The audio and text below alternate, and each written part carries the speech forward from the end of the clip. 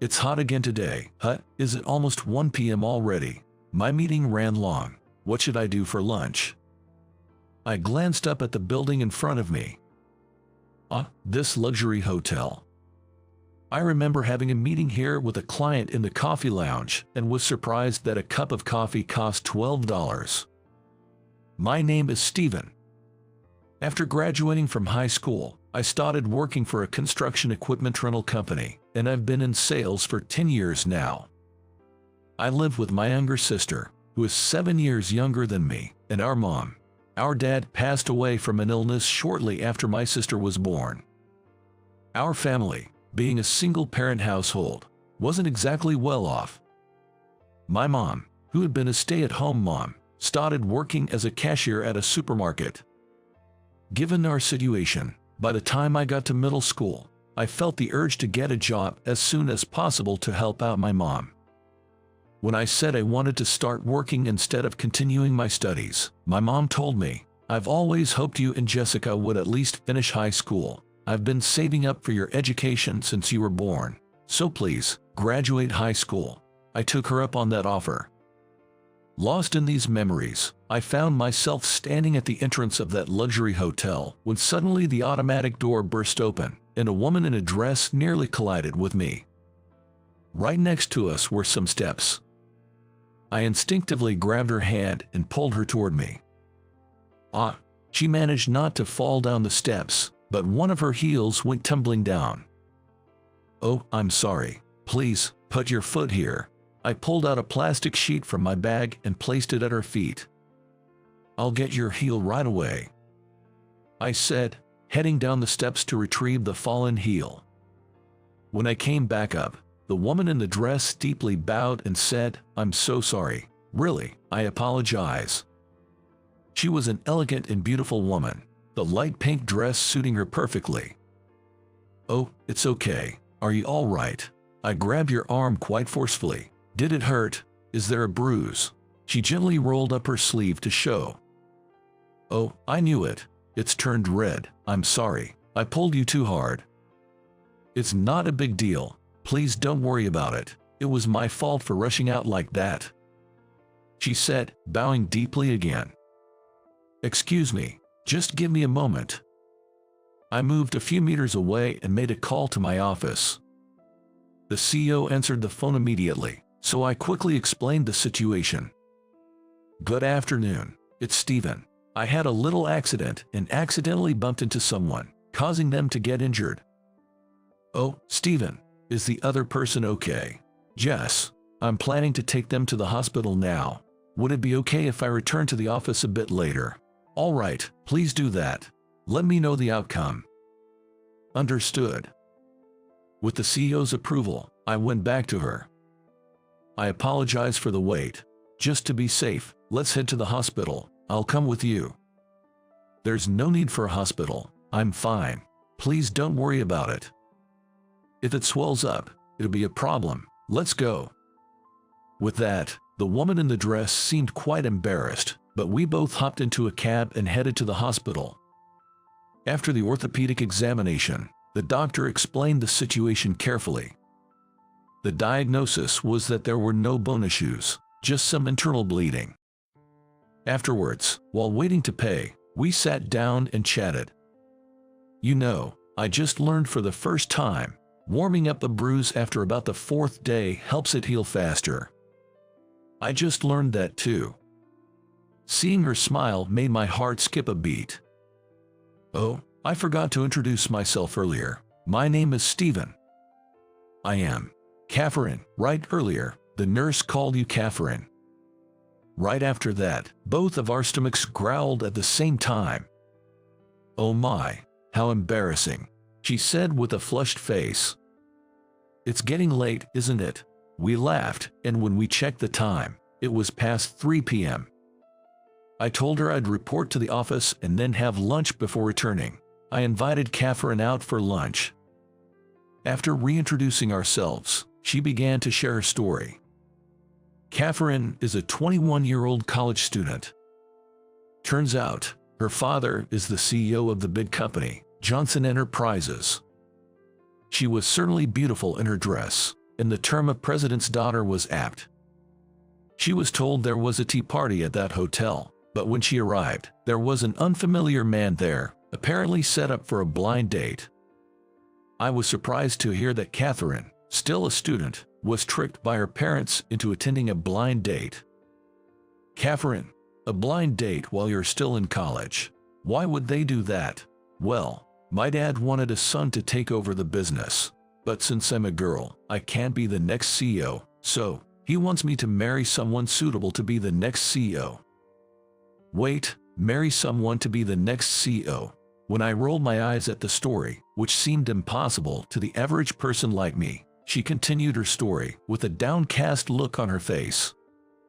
Yes, there was talk that the son of one of our clients, a top executive, was looking for a match.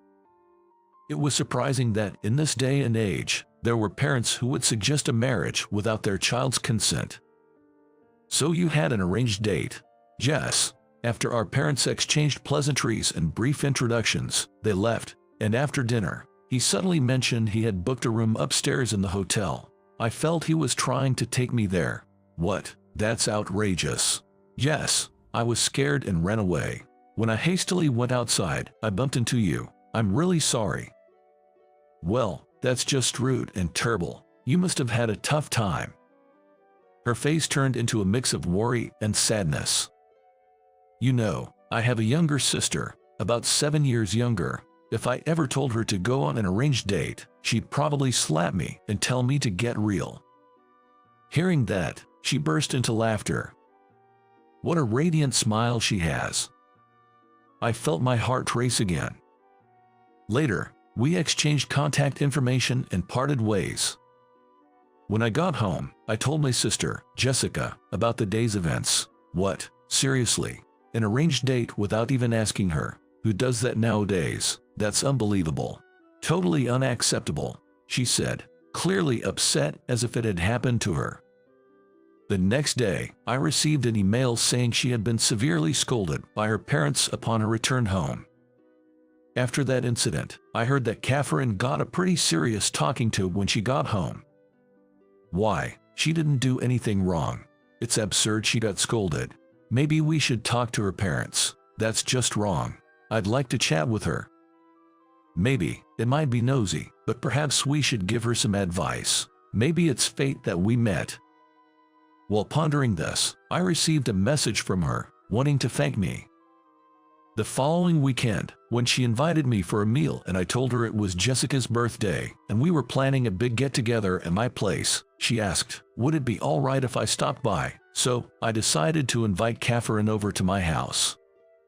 Come the weekend, she arrived at our home with some fancy sushi. Oh, you must be Catherine. I've heard about you from my brother. I'm Jessica, his sister. Oh, I'm sorry. It's so thoughtful of you, especially since we haven't even met before. It's okay. I'm the one imposing on short notice. Perhaps because they were close in age, to my surprise, they hit it off. Before long, they were calling each other Catherine and Jessie. Even though we just met, I was amazed at how quickly girls can bond. Watching the two of them, I smiled thinking they seemed as close as sisters. From then on, she started visiting my house every Sunday. One day, after about 3 months, Jessica suddenly spoke to me with a serious expression. Hey, what do you think about Catherine? What? So suddenly? I can tell. Catherine likes you. Wait a minute. Where's this coming from? Honestly, I was quite taken aback by this. Catherine was younger, and I thought of her as a sweet younger sister. But the affection I felt for her was different from what I felt for Jessica. Catherine is younger, and she's shy. You should confess to her. If her parents try to set her up again, it'll be too late. You'll definitely regret it. Jessica was right. But she's the daughter of a big company CEO. Love doesn't care about status. Encouraged by Jessica, I mustered up the courage and decided to confess on Christmas Eve. On our way back from dinner, I asked, Catherine, would you be my girlfriend? I don't want you to go through any arranged dates if you don't want to. She nodded emphatically and replied, Thank you, Stephen. I'm so happy. The following day, the 25th, was Christmas. I introduced her to Jessica and my mom as my girlfriend. Jessica exclaimed, "Good for you, Catherine. Way to go, bro." My son Steven, who, as far as I know, has never had a girlfriend in his 27 years, now has such a wonderful girlfriend. I'm so happy. My mother was also smiling and excited. My parents were fine, but the real issue was her parents. As the end of the year approached, and I pondered when to greet them, I learned her father was looking for another potential match for her, so I braced myself to meet her parents during the holiday. I visited her house on New Year's Day. I was ushered into the living room, where I said, "Hello, my name is Steven," and handed them a gift. Her father gestured for me to sit on the couch, and I took a seat. "I have been dating Catherine since last month. My name is Steven. I am here today to inform and greet you about this." After saying this, I could feel sweat dripping all over, despite it being the middle of winter. Suddenly, her mother said, "Well, I'm well aware. Catherine has been visiting your home frequently since last September, and I know about your family too. Of course, I've already looked into you as well." "Mom, I didn't ask about any of that. Why did you go snooping around?" Catherine exclaimed loudly in surprise. Her mother gave Catherine a stern look. "It's only natural to be concerned about my only daughter. That's a whole different issue." Catherine seemed to bite her lip as if she had more to say. "Well, in that case, I'll skip the introductions. I'd like to continue seeing Catherine seriously. That's why I took the time to come here today." Her mother frowned slightly and said, "You're aware that Catherine is the daughter of the CEO, right? Your family is just your mother and younger sister, I believe. From a not-so-wealthy household. You didn't go to college, and you work at a pretty small company. Didn't you think you might be out of your league?" Indeed, I was at a loss for words. While I was searching for a reply, Catherine glared at her mother again. "Mom, that's incredibly rude." "Rude? I'm just stating the facts." Catherine and her mother argued, while her father just watched. "Well, you're right. Since my father passed away when I was in elementary school, my mother worked part-time jobs she wasn't used to support my sister and me. I wanted to start working as soon as possible to help out, so I never considered going to college. It's also true that the company I work for is small compared to the one where her father owns." After he said this, her father chimed in. "You seem to be more than what I heard from Mr. Johnson." Mr. Johnson? Why is my CEO's name coming out of her father's mouth?" As I wondered, the conversation continued. "I've heard you've been with Johnson Rentals for 10 years and have always been an outstanding salesman. You've studied for and obtained several certifications that would be beneficial for the job even without being told by your boss. Did you also research my wife and my preferences for the gift you brought today? Mr. Johnson has been bragging about you. He said there hasn't been a new employee more dedicated and polite than you in the past decade." Turns out, her father is an old friend of Mr. Johnson, the CEO of the company I work for. After checking into me with a private investigator, he found out I was an employee at his friend and business partner, Mr. Johnson's company, and asked about me. "You're friends with the CEO, but I might be a bit overrated." When I said that, her father stared intently at my face and responded, "With my daughter's temperament, it's just too much for her to take on the role of CEO. She's gentle and doesn't have the nature to lead or be above others. But I don't have much time left. Therefore, I've been thinking of finding a suitable son-in-law to entrust the company to. However, there are just too many unsuitable men out there, and it's been a real challenge." Hearing this wasn't only a shock to me. Catherine was also unaware of her father's illness.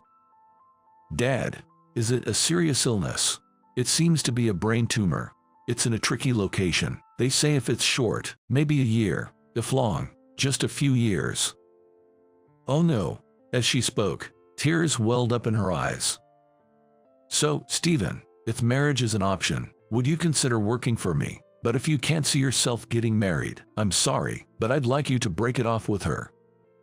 Well, I never imagined the conversation would take this turn. It really caught me off guard. I decided to be honest about how I'm feeling right now. "I'm sorry. I've only known Catherine for just under 6 months. We've only recently started dating. Honestly, I'm a bit taken aback by what you've just said. I think Catherine might feel the same way. Could we perhaps have some time to discuss and decide on the future of our relationship?" When I looked over at Catherine, she was nodding in agreement. "Understood. Take your time and talk it out. Let me know once you've come to a conclusion." The following year, after first visiting her house, we held our wedding ceremony right after she graduated from college. She had expressed her wish to walk down the aisle with her father, while my mother-in-law, who had hoped her daughter would marry a college-educated elite, still occasionally makes snide remarks towards me. I believe I've slowly built a trust with her father. After a while, at the strong request of my father-in-law, I transferred to Mitchell Corporation. His company deals with the production of temporary and construction materials.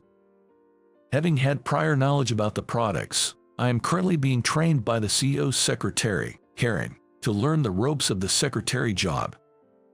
For Catherine's sake, for my mother-in-law's sake, and for the sake of the company, I truly hope my father-in-law lives a long, healthy life. With that in mind, I've been working hard every day to support and contribute to their lives and the company.